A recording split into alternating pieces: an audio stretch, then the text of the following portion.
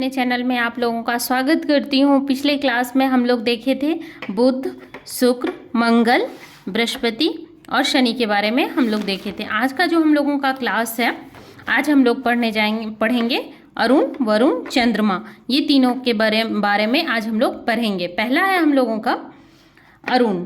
अरुण के बारे में हम लोग पढ़ेंगे। पहला, अरुण को इंग्लिश में यूरेनस कहा जाता है। इसका अक्षीय झुकाव अधिक होता है। अरुण ग्रह का जो होता है अक्षीय झुकाव अधिक होता है। इसे लेटा हुआ ग्रह कहा जाता है। अरुण ग्रह को लेटा हुआ ग्रह कहा जाता है।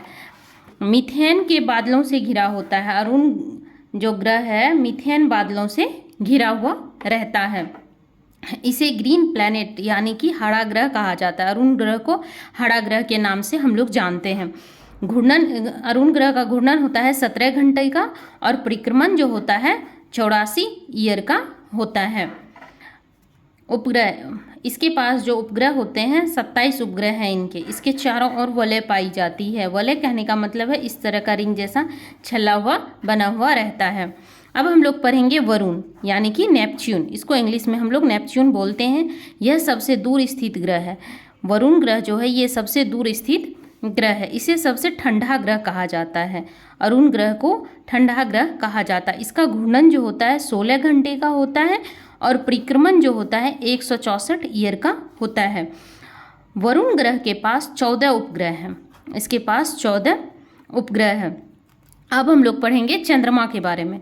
चंद्रमा पृथ्वी का एकमात्र उपग्रह है। चंद्रमा जो है पृथ्वी का एकमात्र उपग्रह है। चंद्रमा पृथ्वी की परिक्रमा करता है।